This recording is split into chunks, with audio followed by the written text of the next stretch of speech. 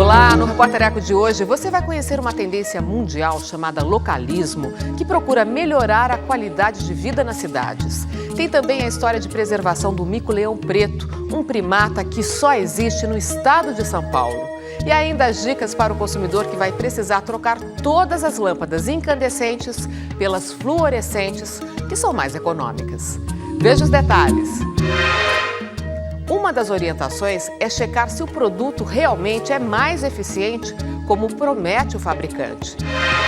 A bióloga Gabriela Rezende, da ONG IP, conta que esta espécie típica da Mata Atlântica era considerada extinta até ser redescoberta por um pesquisador brasileiro. E chega ao Brasil um movimento que propõe concentrar as atividades diárias perto de casa para evitar perda de tempo no dia a dia e no trânsito.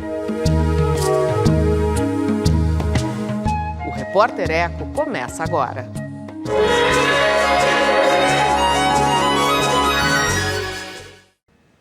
A lâmpada incandescente está com os dias contados. Sai do mercado em 2016 e vai ser substituída pela fluorescente, considerada mais econômica. Mas a Proteste, a Associação de Defesa do Consumidor, alerta: nem toda lâmpada eletrônica é tão eficiente quanto promete o fabricante. Ela faz parte da história. Já iluminou casas, fábricas e vias públicas de cidades de todo o mundo. O modelo incandescente criado por Thomas Edison começou a ser comercializado em 1879. De lá para cá, a lâmpada reinou absoluta por muito tempo até ficar ultrapassada. No sistema que funciona a partir de um filamento, apenas 5% se transforma em luminosidade. O restante, 95%, se perde em calor. Há muito tempo já que a gente compra a econômica e porque faz uma diferença mesmo. Tem uma casa no interior e lá todas são econômicas. As consumidoras se referem às lâmpadas eletrônicas, às fluorescentes compactas. Elas serão as substitutas naturais das incandescentes, que têm data marcada para sair das prateleiras, final de 2016. Mas as eletrônicas também precisam ser melhoradas porque apresentam limitações no uso, como explica este analista de produtos. Quanto menos liga e desliga, maior a durabilidade. Porque toda vez que você aciona uma lâmpada dessa, ela tem um alto consumo, um pico inicial muito alto e acaba gastando mais do que uma incandescente. Então acabou aquela cultura, apaga a luz. Acendeu, deixa acesa, pelo período necessário. Quanto menos acendimento, maior durabilidade e menor consumo. Parece utopia, mas é assim que funciona. A Proteste, que é uma associação de consumidores, levou para o laboratório 8 marcas de lâmpadas fluorescentes compactas como esta, de 15 watts, o que é equivalente a uma lâmpada incandescente de 60 watts, que é ainda a lâmpada mais consumida no Brasil. Os testes revelaram que a maioria das marcas não cumpre o que promete, ou seja, duram menos e gastam mais do que o anunciado na embalagem, além de perder rapidamente a luminosidade. Conclusão: a Proteste não recomenda a compra de 5 das 8 marcas avaliadas. Algumas lâmpadas elas não tinham a luminosidade que indicavam no rótulo e também não eram tão duráveis como indicavam ser. É muito comum nesse tipo de produto um marketing que oferece 5 anos de duração, 10 anos, 8 anos, e quando testado em laboratório a gente percebe que ela tem uma durabilidade muito menor.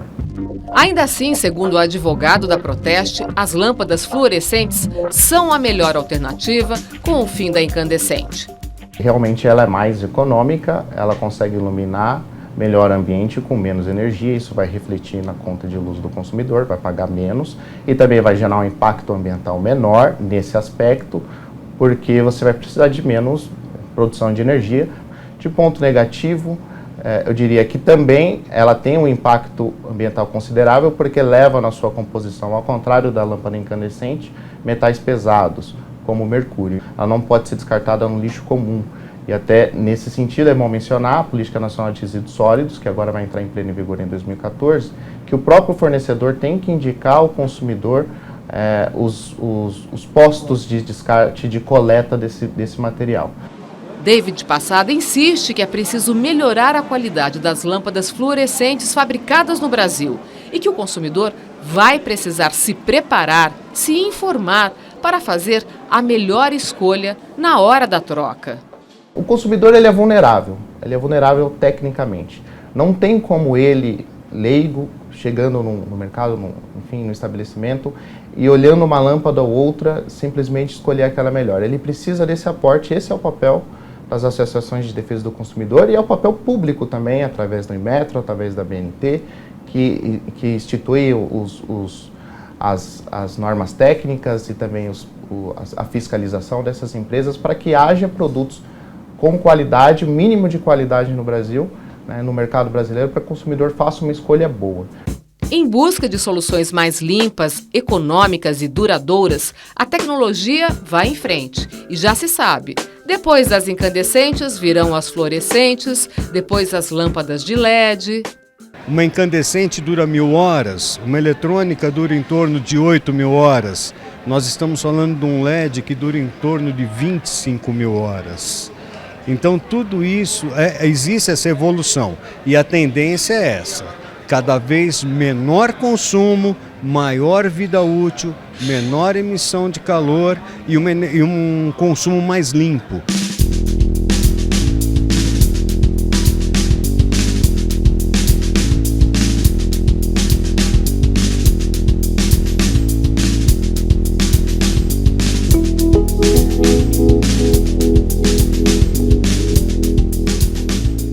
A polêmica em torno do uso da energia nuclear é o tema do comentário de hoje do jornalista Washington Novaes.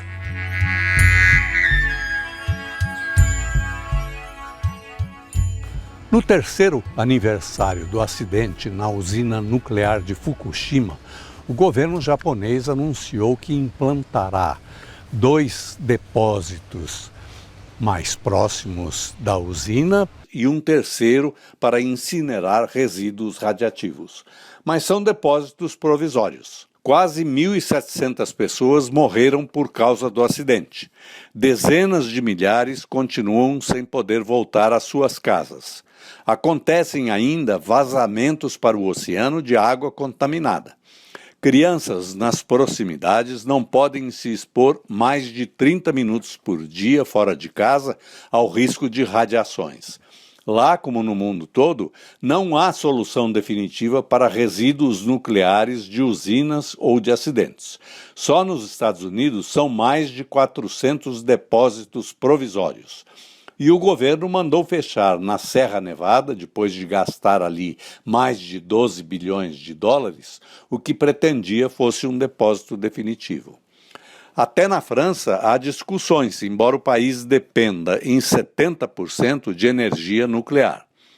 O Brasil também não tem solução para o lixo de suas usinas nucleares de Angra 1 e 2, depositado em piscinas. Mas continua implantando Angra 3, próxima do litoral, onde o mar está se elevando. E anuncia ter planos para mais 4 usinas nucleares, 2 delas no Nordeste. Com a possibilidade de outras energias, o Brasil deveria rever sua estratégia para a área nuclear e não usar, além do limite, a energia das usinas nucleares, como tem acontecido na atual crise no setor por falta de água em reservatórios.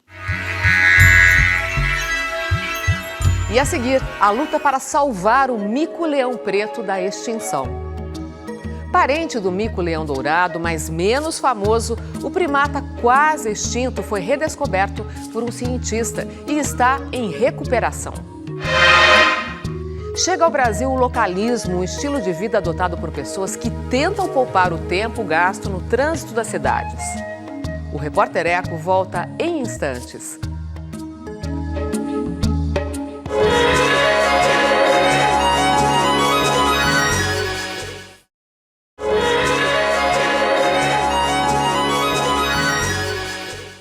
Agora você acompanha alguns dos fatos e pesquisas na área ambiental que tem destaque aqui no Repórter Eco.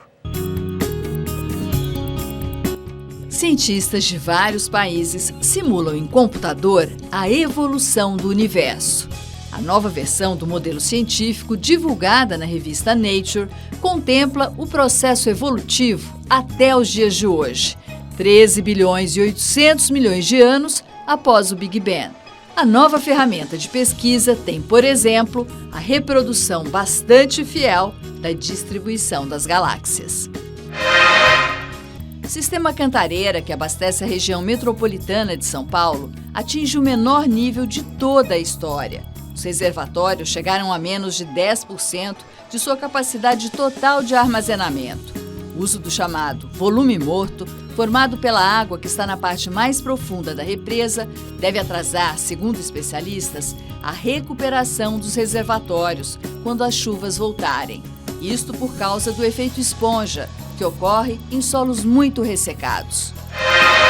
O governo federal regulamenta sistema informatizado para cadastrar as propriedades rurais brasileiras.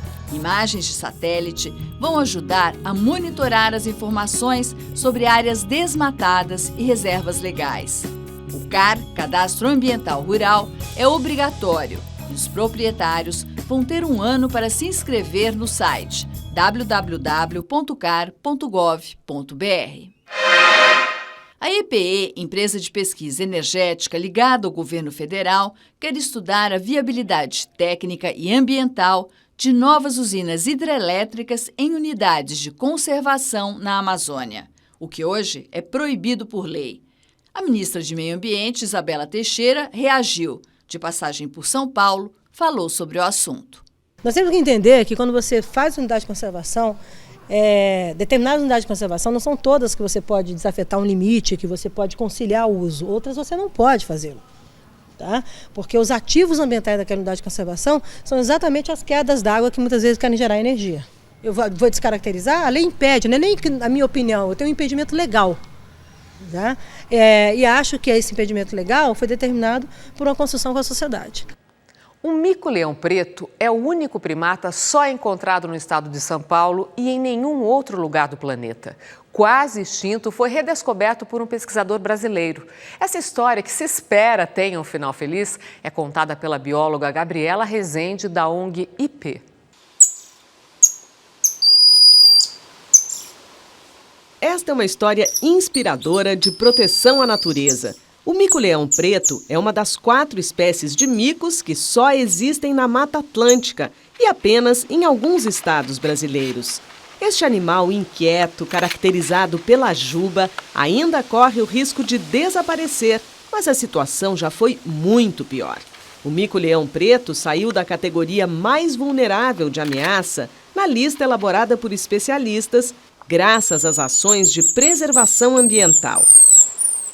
A bióloga Gabriela Rezende, pesquisadora do Programa de Conservação do Animal, desenvolvido pela ONG IP, o Instituto de Pesquisas Ecológicas, investigou essa história. A tese de mestrado dela virou livro. O estado de São Paulo tinha uma situação muito crítica de devastação da Mata Atlântica, principalmente da Mata Atlântica de interior, que é onde essa espécie vive. E a partir disso ele poderia ser utilizado para carregar essa causa da conservação da Mata Atlântica. Foi o pesquisador carioca Adelmar Coimbra Filho, considerado o pai da primatologia no Brasil, que já estava envolvido com a conservação do mico-leão dourado, que redescobriu o mico-leão preto na Mata Atlântica, em São Paulo, na década de 70. Desde 1905, ele era considerado extinto na natureza. Coimbra soube que havia um casal empalhado à venda numa loja de armas no Pontal do Paranapanema, no extremo oeste do estado de São Paulo, e pensou: opa, deve ter bicho na mata. Não é que ele estava certo? Foi atrás da espécie e encontrou nos fragmentos florestais. A partir daí, começou todo um esforço pela conservação do mico-leão preto. Ele foi informado de que haveria um alagamento, a construção da hidrelétrica de Rosana, e que essa construção inundaria 10% da área do Parque Estadual do Morro do Diabo, que é justamente a área onde existia e existe a maior população de mico-leão preto. Bom, os animais eles foram retirados da área de alagamento e translocados para outras áreas no interior do parque e também para zoológicos. Naquela época existiam cerca de 100 indivíduos na natureza. Hoje são 1.000 a 1.500. As ações de conservação começaram com pesquisa para conhecer melhor a espécie, depois educação ambiental e o envolvimento das comunidades locais em atividades que promovem geração de renda. Os primatas vivem em 18 fragmentos de floresta na faixa do estado, que fica entre os rios Tietê e Paranapanema. Este é o Mapa dos Sonhos, traçado pela ONG IP. Para garantir a sobrevivência da espécie, seria necessário reflorestar todas essas áreas. Alguns corredores ecológicos já foram formados. Um dos problemas das pequenas populações, na verdade, são os problemas genéticos. E os problemas genéticos, eles podem acabar com uma população. E quando você permite que essas populações se comuniquem através desses corredores, os animais dessas populações vão cruzar entre si. E aí vai aumentar a variabilidade genética e vai garantir que as populações persistam por mais tempo. Por que é tão importante preservar essa espécie? Bom, começa que o mico-leão preto é uma espécie endêmica do estado de São Paulo, é o único primata endêmico do estado. Então, além de não ser encontrado em nenhum outro lugar do Brasil, ele também não é encontrado em nenhum outro lugar do mundo. Se essa espécie desaparecer, a gente vai perder ela para sempre. Os primatas, eles têm um papel muito importante para a estruturação das florestas, né? Eles são dispersores de semente, então eles têm esse papel de manter a floresta em pé. E acho que outra grande importância de se conservar a espécie vai além da conservação do mico-leão preto em si, mas também dos benefícios que isso pode trazer, tanto para as outras espécies como para o habitat que ele vive, que é a Mata Atlântica, principalmente do estado de São Paulo.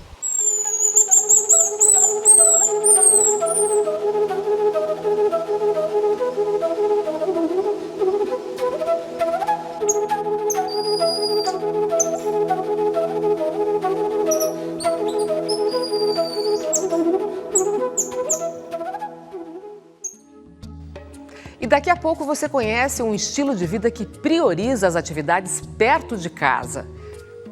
É o chamado localismo, um movimento já adotado no exterior e que chega ao Brasil. O Repórter Eco volta logo mais.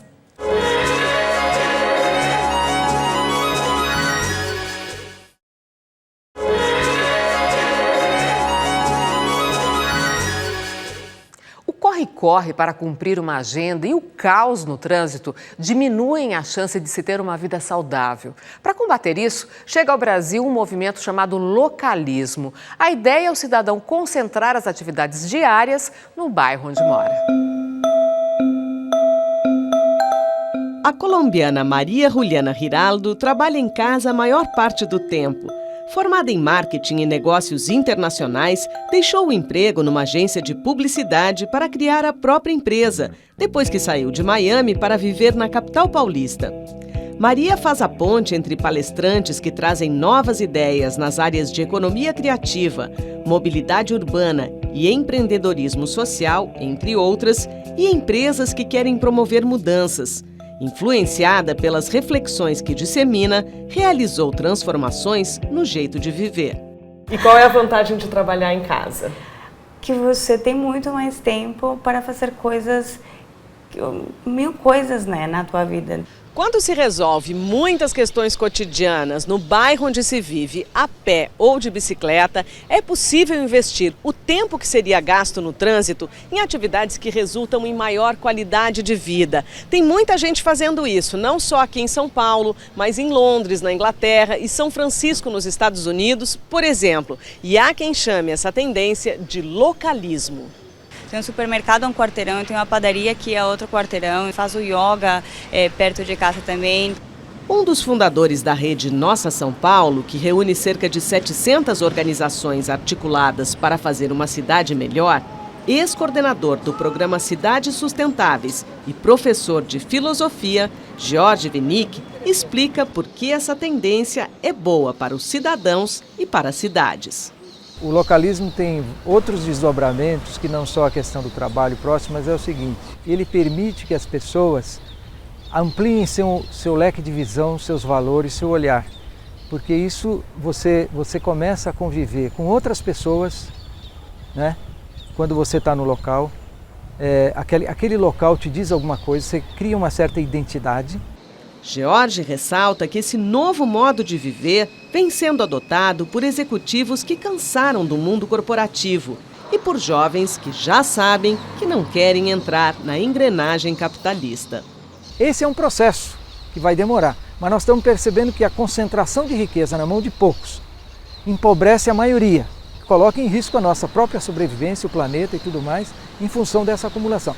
Isso precisa ser mudado em termos de valores, de concepção que as pessoas têm do que é importante na vida. Estudo feito pelo Instituto Acatu pelo Consumo Consciente mostra que os paulistanos gastam, em média, 1h30 por dia nos deslocamentos e que 10% da população, mais de 2 horas. Não é possível ainda para as pessoas que são os habitantes das periferias das grandes cidades, por exemplo, pensarem nesse modo de vida, né? É mais difícil para a periferia na medida em que não há uma política pública, no Brasil em geral, aí não é uma questão apenas de São Paulo, mas uma política pública para deslocar as atividades produtivas para perto da periferia. Na Itália, por exemplo, existem algumas cidades onde foi criada a Secretaria do Tempo, onde a preocupação do secretário ou secretária do tempo é com o tempo de deslocamento das pessoas. E o que eles procuram fazer é minimizar esse tempo, levando a atividade produtiva até as pessoas, ao invés de trazer as pessoas até a atividade produtiva. Em São Paulo, por exemplo, que a Zona Leste é uma cidade dormitório, onde existem poucas atividades produtivas, se, por exemplo, os centros de atendimento telefônico, de telemarketing, fossem deslocados para lá, e é possível, porque tem muitos galpões industriais que não estão sendo utilizados, você, ao invés de deslocar a população para outros espaços, a população teria emprego na própria região. Bom para a população, bom para a cidade, porque reduz o deslocamento, bom para a saúde, porque reduz o deslocamento, reduz a poluição, bom para a economia, porque as pessoas vão produzir mais, bom, é bom para a sociedade de um modo geral.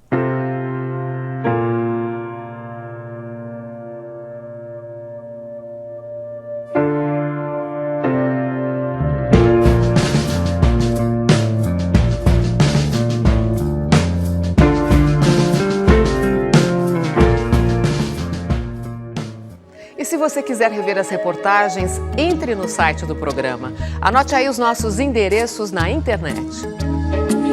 cmais.com.br/repórtereco. No Facebook é só curtir a página facebook.com/repórtereco. E a gente encerra hoje com uma frase do almirante Ibsen Gusmão Câmara. Ele foi um dos pioneiros do movimento ambientalista no Brasil. Liderou, por exemplo, a campanha contra a caça à baleia, além de defender a criação de parques e reservas naturais. Veja o que ele disse. Estamos passando por uma das crises ambientais e biológicas mais sérias e intensas dos últimos 65 milhões de anos. A humanidade não percebe o que está fazendo. Repórter Eco, até o próximo programa.